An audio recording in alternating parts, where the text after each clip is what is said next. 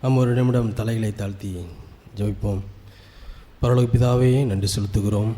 தகப்பனே, இந்த கால வேளையில் நீர் எங்களோடு இடைப்படுங்க. நீர் பேசுகின்ற நம்முடைய தீர்க்க தரிசன வார்த்தைகளை நாங்கள் கேட்டு நாங்கள் அதன்படி வாழ எங்களுக்கு உதவி செய்யுங்க. ஒன்றையும் நாங்கள் மாம்சத்தின்படி பேசாதபடி ஆவிலே நீர் வெளிப்பட வேண்டுமாய் நாங்கள் ஜெபிக்கிறோம். இயேசு மூலம் பிதாவே, ஆமீன். அப்போஸ்தலனாகிய பவுல் இப்போது நம்ம எல்லாரையும் பார்த்து ஒரு கேள்வி கேட்கிறார். என்ன கேள்வி அப்படின்னா, கலாத்தியர் 3ஆம் அதிகாரம் 2வது வசனம் 3வது வசனம். கலாத்தியர், ஒன்றை மாத்திரம் உங்களிடத்தில் அறிய விரும்புகிறேன். நியாயப்பிரமாணத்தின் கிரியைகளினாலேயோ விசுவாச கேள்விகளினாலேயோ எதினாலே ஆவியை பெற்றீர்கள் அப்படின்னு கேட்குறாரு. ஆவியினாலே ஆரம்பம் பண்ணின நீங்கள் இப்பொழுது மாம்சத்திலே முடிவு பெறப் போகிறீர்களோ? நீங்கள் இத்தனை புத்தியினரா அப்படின்னு கேட்குறாரு. அப்போஸ்தலனாகிய பவுல் கலாத்து சபைக்கு இந்த கேள்வியை கேட்கிறார். ஆவியில் ஆரம்பம் பண்ணின நீங்கள் மாம்சத்தில் முடிக்க போகிறீங்களா? நீங்கள் எத்தனை புத்தியினரா அப்படின்னு இந்த கேள்வியை கேட்கிறார். இன்றைக்கு இந்த கேள்வியை அவர் உங்களிடத்திலும் என்னிடத்திலும் கேட்கிறார். நீங்கள் உங்களுடைய வாழ்க்கையை இப்பொழுது ஆவியில் தொடங்கி இருக்கிறீர்கள். ஆவியில் தொடங்கின நீங்கள் உங்களுடைய வாழ்க்கையை நீங்கள் மாம்சத்தில் முடிக்க விரும்புகிறீர்களோ? அப்படின்னு நம்ம முடித்தோம் அப்படின்னா நம்ம யார் அப்படிங்கிறாரு? இத்தனை புத்தியினராக நீங்கள் இருக்க விரும்புகிறீர்களா அப்படின்னு கேட்குறாரு. நம்முடைய மூத்த சகோதரர் அடிக்கடி ஒரு வார்த்தை சொல்லுவாங்க, மற்றவருடைய வீழ்ச்சி நமக்கு ஒரு பாடமாக இருக்கணும் அப்படின்னு சொல்லுவாங்க. எத்தனையோ பேர் நாம் சபை கூட ஆரம்பித்த ஆரம்ப காலத்திலே எத்தனையோ பேர் ஆவிக்குரிய வாழ்க்கையை அவர்கள் ஆவியில் ஆரம்பம் பண்ணினார்கள். ஆவியில் ஆரம்பம் பண்ணின அவர்கள் எத்தனையோ பேர் மாம்சத்தில் அவங்களுடைய வாழ்க்கையை முடித்து விட்டார்கள். அவருடைய வாழ்க்கை மெய்யான வாழ்க்கையாக இல்லை. ஆனால் இன்று நீங்களும் நானும் அந்த வாழ்க்கையை நான் எப்படி முடிக்கப் போகிறோம் அப்படிங்கிறது தான் அந்த பவுலுடைய அந்த கேள்வி, பவுலுடைய அந்த தாகமாக இருக்கிறது. பிரியமானவர்களே, நான் உண்மையிலே ஆவிக்குரியவனாக இருந்தேன் அப்படின்னா நான் என்னுடைய வாழ்க்கையை ஆவியில் தொடங்கி என்னுடைய ஆவியில் முடிப்பதற்கு நான் என்ன பிரயாசப்பட வேண்டும், நான் என்னை எப்படி தற்காத்து கொள்ள வேண்டும் அப்படிங்கிறத நான் சிந்தித்து கொண்டே இருப்பேன். என்னுடைய அனுதின வாழ்க்கையிலே, என்னுடைய குடும்ப வாழ்க்கையிலே அந்த காரியத்தை நான் சிந்தித்து கொண்டே இருப்பேன். அதைத்தான் நாம் பார்க்குறோம். கலாத்தியர் 5ஆம் அதிகாரம்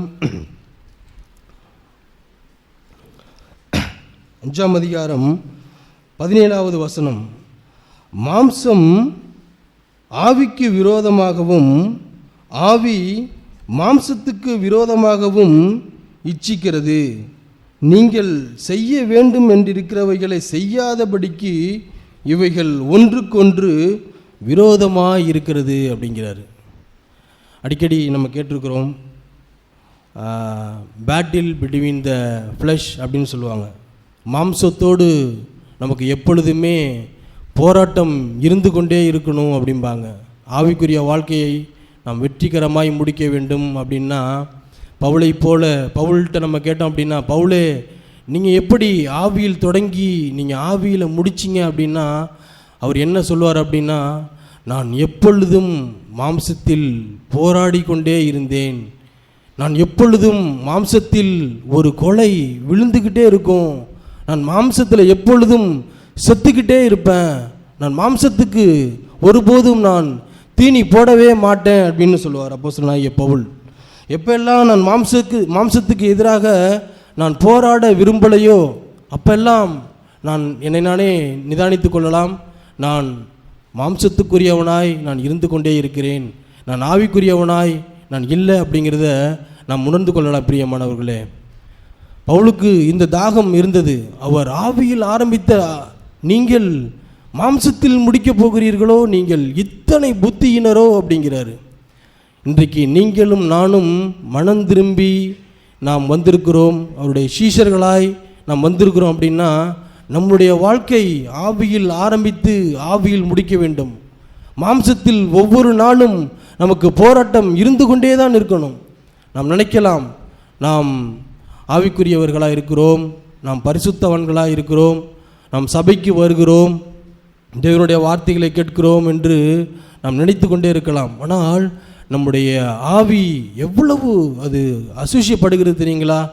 காலையில் நம்ம வேலைக்கு கிளம்புகிறோம், வேலை ஸ்தலத்தில் நம்மை யாரும் பார்க்க மாட்டாங்க. நம்முடைய மனைவி, நம்முடைய பிள்ளைகள், நம்முடைய சபையார், ஏன் நம்முடைய பக்கத்தில் இருக்கிற நம்முடைய சகோதர சகோதரிகள் கூட வேலை ஸ்தலத்தில் யாருமே இருக்க மாட்டாங்க. ஆனால் அவர்கள் ஒரு வேலை ஸ்தலத்தில் நாம் நம்முடைய ஆவியை எப்படி காத்துக்கொள்கிறோம் அப்படிங்கிறத நாம் நிதானித்து அறிய வேண்டும் பிரியமானவர்களே. சாதாரணமாக நம்முடைய வீட்டில் நான் நம்புகிறேன், நம்முடைய வீட்டில் யார் வீட்லேயுமே கேபிள் கனெக்ஷன் இல்லை அப்படின்ட்டு நான் நம்புகிறேன். அது ஒரு வெற்றிகரமான ஒரு வாழ்க்கை தான். ஆனால் இன்று சாத்தான் நம்மளை எவ்வளவு வஞ்சித்திருக்கிறான் அப்படின்னா, நம்ம வீட்டில் டிவி இல்லை, கேபிள் கனெக்ஷன் இல்லை அப்படிங்கிற அந்த நிலைமையில் நாம் பூரித்து போய்விடக்கூடாது. ஆனால் அதற்கு மாறாக உங்களையும் என்னையும் அவன் வஞ்சித்து நம்முடைய கையில் ஒரு செல்ஃபோனை கொடுத்துட்டான். அந்த காலத்தில் டிவிக்கு முன்னாடி உட்காந்து டிவியை பார்த்தா தானேங்க நம்ம கரைப்படுவோம், நம்ம மாம்சம் கரைப்படும். ஆனால் நம்முடைய எல்லாருடைய கண்களையும் அவன் மறைத்து அந்த மொபைல் ஃபோன் என்கிற அந்த ஒரு காரியத்தை நம்முடைய கையில் கொடுத்து, அந்த மொபைல் ஃபோனில் நம்ம என்னென்ன காரியத்துக்கு நம்ம செலவு செய்கிறோம், அந்த காரியத்தை நாம் எப்படி நாம் பயன்படுத்துகிறோம். ஒரு சாதாரண ஒரு ஷார்ட்ஸு தான் நம்ம பார்ப்போம். ஒரு ஷார்ட்ஸு பார்க்குறோமே அப்படிங்கிறது தான் நம்ம எடுத்து உட்காருவோம். என்ன ஒரு டைமே போகலையே அப்படின்ட்டு சாதாரணமாக அந்த செல்லை எடுத்துகிட்டு நம்ம உட்காருவோம். பார்த்தோம் அப்படின்னா மணி கணக்கில் அதில் அந்த நேரத்தை நம்ம செலவழித்து நாம் அதில் ஊறி அந்த காரியங்களில் சோசியல் மீடியாவில் நம்மளுடைய நேரத்தை செலவழித்து நம்முடைய மாம்சத்தை கரைப்படுத்தி அதில் நேரம் போகிறதே தெரியாத அளவுக்கு அவன் நம்மை வஞ்சித்து வைத்திருக்கிறான். பிரியமானவர்களே, நாம் நினைத்து கொள்ளலாம், நம்ம வீட்டில் யார் வீட்லேயும் டிவி இல்லை, நாங்கள்லாம் ரட்சிக்கப்பட்டவர்கள், நாங்கள் கரைபடாதவர்கள் அப்படின்ட்டு நம்மெல்லாம் நினச்சிட்டு இருக்கோம். ஆனால் நம்மளை சாத்தான் நம்முடைய கண்களை குருடாக்கி நம்மளை அவன் விழுங்க வகை தேடுகிறான். அதுதான் சொல்லுகிறார், ஆவியில் ஆரம்பம் பண்ணின நீங்கள் மாம்சத்தில் முடிக்க விரும்புகிறீர்களோ அப்படிங்கிறாரு பவுல். நான் மாம்சத்தில் எப்பெல்லாம் நான் இருக்கிறேன், நான் எப்பெல்லாம் நான் மாம்சத்தில் கரைபடுறேன் அப்படின்னா இன்னொரு காரியத்தை அருமையாக சொல்கிறார் பாருங்கள் பவுல். 1 கொரிந்தியர் 3ஆம் அதிகாரம்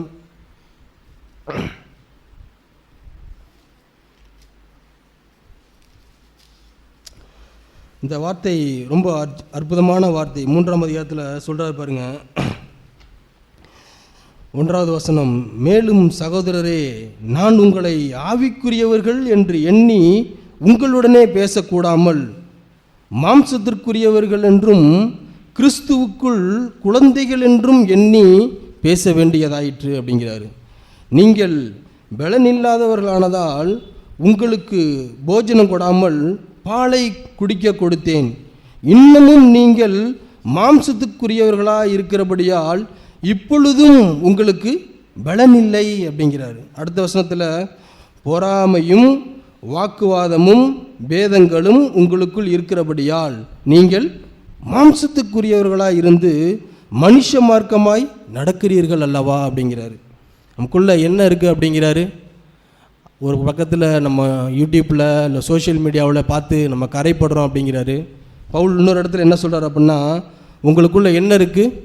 பொறாமை இருக்குது அப்படிங்கிறாரு. வாக்குவாதம் அப்படின்னா என்ன அப்படின்னா, இங்கிலீஷ் பைபிள் அது அருமையாக சொல்லப்பட்டிருக்கு. வாக்குவாதம் அப்படிங்கிறது ஃபைட், சண்டை, உங்களுக்குள்ள சண்டை இருக்குது அப்படிங்கிறாரு. சண்டை அப்படிங்கிறது ஏதோ சட்டையை பிடிச்சிக்கிட்டு நீங்களும் நானும் சண்டை போட்டுக்கிறத சொல்லலை அவர். அதனால தான் அவர் நேர்த்தியாய் சொல்கிறார், உங்களுக்குள் பொறாமை அப்படிங்கிற ஒரு ஸ்பிரிட் இருக்குது. பொறாமை இருக்கிறது மாத்திரம் இல்லாமல் உங்களுக்குள் வாக்குவாதங்களும் பேதங்களும் உங்களுக்குள் இருக்கிறபடியால் நீங்கள் மாம்சத்துக்குரியவர்களாக இருந்து மனுஷ மார்க்கமாய் நடக்கிறீர்கள் அப்படிங்கிறாரு. தாவீது ஒரு இடத்துல நான் தேவனுடைய ஆலயத்தை கட்டப்போகிறேன் அப்படின்ட்டு நாத்தான்வேல்கிட்ட சொல்லுவார். நாத்தான்வேல் இந்த மெசேஜை தேவன்கிட்ட பாஸ் பண்ணுவார். இதுமாரி தாவீது ஒரு ஆலயத்தை கட்ட விரும்புகிறார் அப்படின்ட்டு அந்த மெசேஜை நாத்தான்வேல்கிட்ட பாஸ் பண்ணோன்னே தேவன் என்ன சொல்லுவார் அப்படின்னா, தாவீது யுத்தத்துக்கு மிகுந்து இரத்தம் சிந்தினவன், அவன் யுத்தக்காரன், அவன் சண்டைக்காரன், அவன் என்னுடைய ஆலயத்தை கட்ட வேண்டியதே இல்லை. ஆனால் தாவீதின் குமாரனாகிய சாலமோனோ அவன் சமாதான புருஷன், அவன் தேவனுடைய ஆலயத்தை கட்டட்டும் அப்படின்னு சொல்லுவார் தேவன். இந்த கால வேளையில் நீங்களும் நானும் யுத்தத்தையும் பொறாமையையும் சண்டையையும் நாம் விரும்புகிறவர்களாக இருக்கிறோமா பிரியமானவர்களே? நாம் நினைத்து கொண்டு இருக்கலாம், நான் யாரிடத்திலும் வாக்குவாதம் செய்யலை, பொறாமைப்படலை, சண்டைப்படலை அப்படின்னு. அன்றைக்கு தேவன் இயேசு கிறிஸ்துவானவர் பரிசேயர்களுக்கு இந்த ஆவியை கொடுக்க அவர் விரும்பவே இல்லை. ஏன் அப்படின்னா, பரிசேயருக்குள் என்ன இருந்துச்சு அப்படின்னா, பொறாமையின் ஆவி அவர்களுக்குள் இருந்ததினால் அவர்களுக்குள் அந்த பரிசுத்த ஆவியானவரை கொடுக்க முடியாமல் போய்விட்டது கிறிஸ்துவானவர். இன்றைய கால வேளையில் உங்களுக்கும் எனக்கும் அதைத்தான் கிறிஸ்துவானவர் நம்மளை சோதித்து உங்களுக்கும் எனக்கும் பரிசுத்த ஆவியானவரை கொடுத்து உங்களையும் என்னையும் அவர் தேவ ஆவியில் நிறைந்து வாழ வேண்டும் என்று தான் அவர் விரும்புகிறவராக இருக்கிறார். பிரியமானவர்களே, நாம் ஒருபோதும் யாருடையும் யுத்தமும் சண்டையும் வாக்குவாதமும் செய்யவே கூடாது. அது ஏன்னா நம்ம பார்க்குறோம்ல, நீங்கள் மனுஷரோடும் இந்த உலகத்தில் உள்ளவர்களோடும் நீங்கள் போராடினீங்க அப்படின்னா நீங்கள் உங்களுடைய ஆவியில் இருக்கிற அந்த பலனை இழந்து போய்விடுவீர்கள். ஆவியில் பலன் இருந்தால் தானே நம்ம சாத்தானோட போராட முடியும். அதைத்தான் நம்ம மூத்த சகோதரர் அடிக்கடி சொல்வார்கள், இந்த வான மண்டலத்தில் இருக்கிற பொல்லாத ஆவிகளோடு தான் நமக்கு போராட்டம் இருக்குது. மாம்சத்தோடும் இரத்தத்தோடும் நமக்கு ஒருபோதும் போராட்டம் இருக்கவே கூடாது அப்படின்னு நம்ம பார்க்குறோம். இந்த உலகத்தில் நம்ம தேவனுடைய பிள்ளைகளாய் நாம் அழைக்கப்பட்டிருக்கிறோம். நாம் கிறிஸ்துவானவரை நாம் அடிச்சுவடுகளாய் பின்பற்றிருக்கிறோம்.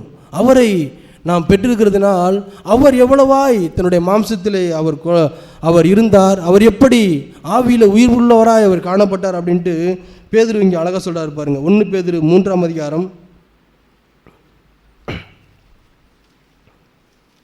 18வது வசனம். அதாவது இந்த வார்த்தை ரொம்ப அருமையான ஒரு வார்த்தை.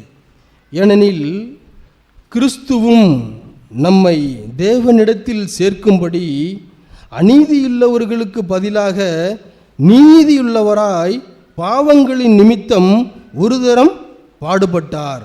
அவர் மாம்சத்திலே கொலையுண்டு ஆவியிலே உயிர்ப்பிக்கப்பட்டார். இந்த வார்த்தை எவ்வளவு ஒரு உற்சாகத்தை தருகிறது பாருங்கள் பிரியமானவர்களே.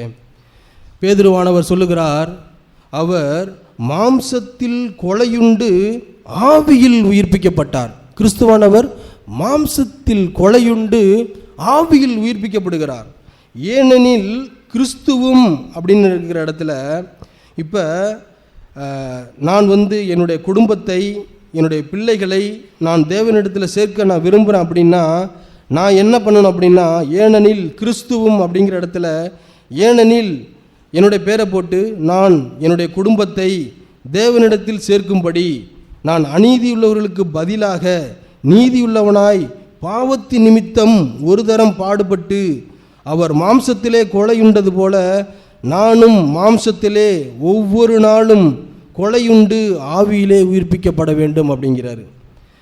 குடும்பத்தையும் பிள்ளையையும் மனைவியையும் நான் தேவனிடத்தில் கொண்டு சேர்க்க வேண்டியது அது என்னுடைய தலையில் விழுந்த தலையாய கடமையாக இருக்கிறது. ஒரு குடும்ப தலைவனாக இருக்கிற எனக்கு அது தலையாய கடமையாக இருக்கிறது. ஏன்னா அவர் கிறிஸ்துவானவர் எப்படி நம்மை தேவனிடத்தில் சேர்க்கும்படி அநீதியுள்ளவர்களுக்கு பதிலாக நீதியுள்ளவராய் பாவங்கள் நிமித்தம் ஒரு தரம் பாடுபட்டு மாம்சத்தில் கொலையுண்டாரோ அதுபோல நானும் என்னுடைய குடும்பத்தை நான் என்னுடைய பிள்ளைகளை நான் மாம்சத்திலே கொலையுண்டு என்னுடைய குடும்பத்தை நான் ஆவியில் கட்டி எழுப்ப வேண்டும். அதைத்தான் அவர் விரும்புகிறார்.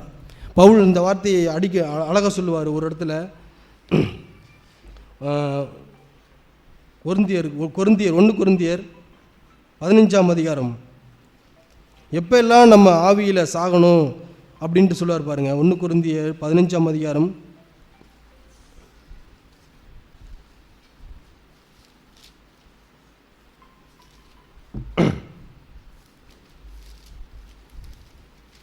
பவுலே, நீங்கள் நம்மள்கிட்ட பார்த்து கேட்டார் பவுல், நீங்கள் ஆவியில் ஆரம்பம் பண்ணின நீங்கள் மாம்சத்தில் முடிக்க போகிறீங்களா அப்படின்னு நம்மள்கிட்ட கேட்டார். இந்த வார்த்தையை நம்ம பவுல்கிட்ட கேட்டோம் அப்படின்னா, பவுலே நீங்கள் ஆவியில் உங்களோட வாழ்க்கையை ஆரம்பம் பண்ணீங்க, எப்படி நீங்கள் ஆவியில் ஏன்னா பவுல் ஆவியில் ஆரம்பித்து அவர் ஆவியில் தான் முடித்தார், அவர் மாம்சத்தில் முடிக்கவே இல்லை. அதுக்கு என்ன சீக்ரெட் அப்படின்ட்டு அவர் சொல்கிறார் அப்படின்னா, நான் பாருங்கள் 1 கொரிந்தியர் 15ஆம் அதிகாரம் 31வது வசனம், நான் அனுதினமும் சாகிறேன் அப்படிங்கிறாரு. வாரத்தில் 7 நாள் இருக்குது அப்படின்னா அவர் 7 நாளும் சாகிறேன், நான் ஆவியில் ஆரம்பம் பண்ணி என்னுடைய வாழ்க்கையை, என்னுடைய ஆவிக்குரிய வாழ்க்கையை நான் ஆவியில் முடிக்கிறேன் அப்படின்னா அதுக்கு என்ன காரணம் தெரியுமா? ஏதோ மாம்சத்தில் நான் உயிருள்ளவனாக இருக்கிறதுனால அல்ல, என்னுடைய மாம்சத்தை நான் அனுதினமும் சாக ஒப்பு கொடுப்பதினால் என்னுடைய ஆவிக்குரிய வாழ்க்கையை நான் ஆவியில் ஆரம்பம் பண்ணி நான் ஆவியில் காத்து கொண்டேன் அப்படிங்கிறாரு. இதுதான் பவுலுடைய சீக்ரெட். பிரியமானவர்களே, நம்ம இன்றைக்கி மாம்சத்தில் இருக்கோம், நம்ம நினைக்கலாம் நம்முடைய வாழ்க்கை பிரயோஜனம் உள்ளதாக இருக்குது, நம்ம ஆவிக்குரியவர்களாக இருக்கிறோம் அப்படின்னு நம்ம நினச்சிட்டு இருக்கலாம். ஆனால் உங்களுடைய மாம்சமும் என்னுடைய மாம்சமும் இந்த உலகத்துக்குள் போகும் பொழுது அது கரைப்படுகிறதா இருக்குது. பிரியமானவர்களே, அவர் சொல்கிறார் பாருங்கள், அனுதினமும் சாகிறேன் அப்படிங்கிறாரு. வாரத்தில் 1 நாள் 2 நாள் இல்லை, கணவன் மனைவிக்குள்ள ஏதோ ஒரு கருத்து வேறுபாடு வருது, அந்த இடத்துல மனைவியானவள் பலவீன பாண்டமாக இருக்கிறபடினால் நான் தான் சாக வேண்டியதாக இருக்கிறது, நான் தான் மறிக்க வேண்டியதாக இருக்கிறது. ஆனால் மாறாக என்ன நடக்கிறது அப்படின்னா, அங்கே ஈகோ விட்டு கொடுக்க மாட்டுது. அவளுக்கு என்ன தெரியும், அவங்களுக்கு என்ன தெரியும் அப்படின்ட்டு அந்த ஈகோ விட்டு கொடுக்காதபடினால நாம் மாம்சத்துக்கு தீனி போடுகிறவனாய், நான் மாம்சத்தை பலப்படுத்துகிறவனாக இருக்கிறேன். அவர் சொல்கிறார் பாருங்க, 95 வயது முதிர்ந்த யோவான் சொல்லுகிறார் பாருங்க. யோவான் வெளிப்படுத்தின விசேஷம், யோவானுக்கு எழுதின கடைசியாக அதை படித்து முடித்திடுறேன். யோவானுக்கு எழுதின வெளிப்படுத்தின விசேஷம் 1ஆம் அதிகாரம். அவர் எப்படி சொல்கிறார்? 95 வயது முதிர்ந்த அந்த யோவான் எவ்வளவு ஒரு உண்மையுள்ளவனாய், ஒரு பரிசுத்தவனாய் தன்னை காத்து கொண்டவர். அவர் சொல்லுகிறார், நான் என்னுடைய ஆவியை, எப்படி பவுல் ஆவியில் ஆரம்பித்து ஆவியில் அவருடைய வாழ்க்கையை முடிப்பதற்கு நான் மாம்சத்தில் அனுதினமும் சாகிறேன் அப்படின்ட்டு கொரிந்தியரில் சொன்னது போல் வெளிப்படுத்தின விசேஷம் 1ஆம் அதிகாரத்தில் யோவான்கிட்ட கேட்டோம் அப்படின்னா, யோவானே நீங்கள் உங்களுடைய ஆவியை எப்படி காத்து கொண்டீங்க, நீங்கள் பரிசுத்தாவியினால் நீங்கள் எப்படி நிரம்பியிருந்தீங்க அப்படின்ட்டு நம்ம யோவான்கிட்ட கேட்டோம் அப்படின்னா அவர் சொல்கிறார் பாருங்கள். யோவானுக்கு எழுதின வெளிப்படுத்தின 1ஆம் அதிகாரம் 10வது வசனத்தில், கர்த்தருடைய நாளில் நான் ஆவிக்கு உள்ளானேன் அப்படிங்கிறாரு. கர்த்தருடைய நாளில் நான் ஆவிக்கு உள்ளானேன். இந்த ஆவிக்கு உள்ளானதுக்கு அப்புறம் அவருக்குள் என்ன தோன்றுகிறது அப்படின்னா 17வது வசனத்தை பாருங்கள். நான் அவரை கண்டபோது செத்தவனை போல அவருடைய பாதத்தில் விழுந்தேன் அப்படிங்கிறாரு. கிட்டத்தட்ட இந்த வருஷத்தில் 4வது மாதம் முடிந்து நாம் 5வது மாதத்துக்குள் அடியெடுத்து வைக்கிறோம். செத்தவனை போல நீங்களும் நானும் கடைசியாக எப்போ அவருடைய பாதத்தில் விழுந்தோம்? இந்த அனுபவம் உங்களுக்கு இருக்கிறதா பிரியமானவர்களே? நம்மை நாமளே நிதானித்து அறிவோம். அவ்வளோ பெரிய பரிசுத்தவான், 95 வயது மிக்க அந்த யோவான் சொல்லுகிறார் பாருங்க, நான் அவரை கண்டபோது செத்தவனை போல அவருடைய பாதத்தில் விழுந்தேன், அப்பொழுது அவர் தம்முடைய வலது கரத்தை என் மேல் வைத்தார் அப்படிங்கிறாரு. அவர் தம்முடைய வலது கரத்தை என் மேல் வைத்து என்ன சொல்கிறாரு? பயப்படாதே, நான் முந்தினவரும் பிந்தினவரும் உயிருள்ளவருமாய் இருக்கிறேன் அப்படிங்கிறாரு. இந்த வார்த்தை எவ்வளோ பெரிய ஒரு பரிசுத்தவான் எழுதுகிறார் பாருங்க. நீங்களும் நானும் நாம் மாம்சத்தில் இருக்கும் பொழுது இந்த வார்த்தை உங்களையும் என்னையும் தேடி வராது பிரியமானவர்களே. நீங்களும் நானும் உங்களை பார்த்தும் என்னை பார்த்தும் பிதாவானவரும் கிறிஸ்துவும் பயப்படாத, நான் முந்தினவரும் பிந்தினவருமாக இருக்கிறேன் அப்படின்னு சொல்லணும். அப்படின்னா நீங்களும் நானும் மாம்சத்தில் ஒவ்வொரு நாளும் கொலையுண்ணப்பட வேண்டும், ஒவ்வொரு நாளும் நம் மாம்சத்துக்கு மரிக்க வேண்டும். அடுத்த வசனத்தில் சொல்ல பாருங்க, மரித்தேன் ஆனாலும் இதோ சதா காலங்களிலும் உயிரோடு இருக்கிறேன், ஆமேன், நான் மரணத்திற்கும் பாதாளத்துக்கும் உரிய திறவுகோள்களை உடையவராக இருக்கிறேன். நீ கண்டவைகளையும் இருக்கிறவைகளையும் இவைகளுக்கு பின்பு சம்பவிப்பைகளையும் எழுது அப்படிங்கிறாரு. எவ்வளோ பெரிய ஒரு அற்புதமான ஒரு வசனம் பாருங்கள். அவர் சொல்லிட்டு, இயேசு கிறிஸ்து சொல்லிட்டு போயிட்டார், இவைகளுக்கு பின்பு சம்பவிக்க போகிறத நீ எழுது அப்படின்ட்டார். யோவான்கிட்ட சொல்லிட்டு போயிட்டார். இப்போ யோவான் ஸ்நானகன் நம்மள்கிட்ட சொல்கிறாரு, நீ மாம்சத்தில் கொலையுண்டு நீ எப்பெல்லாம் ஆவியில் உயிருள்ளவனாக இருக்கிறியோ, மாம்சத்துக்கு செத்து நீ எப்பொழுதெல்லாம் ஆவியில் பிழைத்து இருக்கிறியோ அப்பெல்லாம் உங்கள் வாழ்க்கையில் நடக்கிற எல்லா விதமான காரியத்தையும் குறித்தும் நீ எழுது அப்படிங்கிறாரு.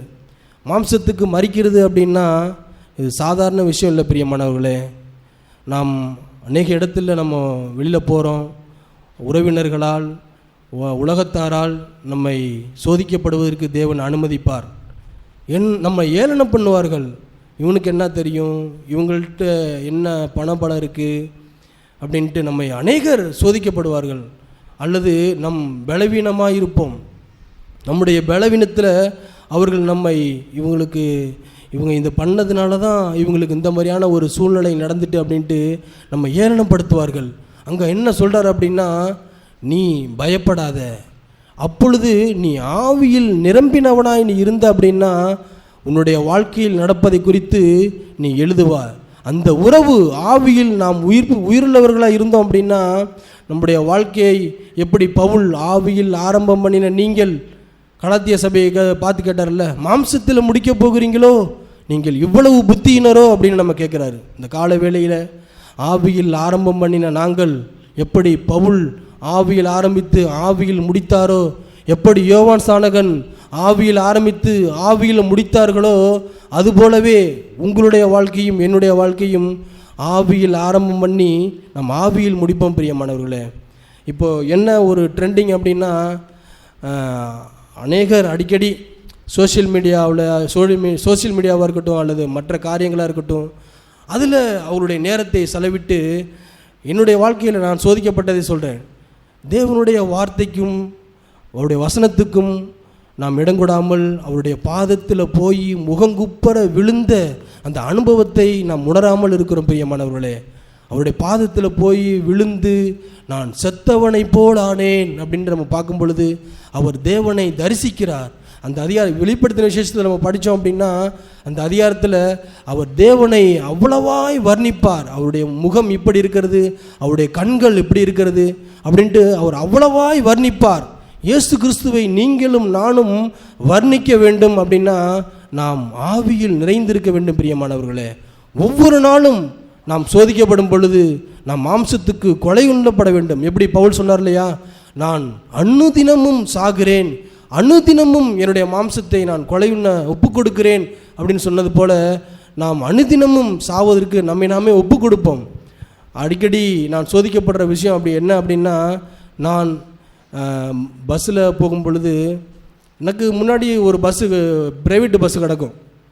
அந்த பஸ்ஸில் பார்த்தோம் அப்படின்னா அது நல்லா பாட்டு ஓடும், நல்லா உலக சினிமா பாட்டு நல்லா சவுண்டு வச்சு ஓடிட்டுருக்கோம்.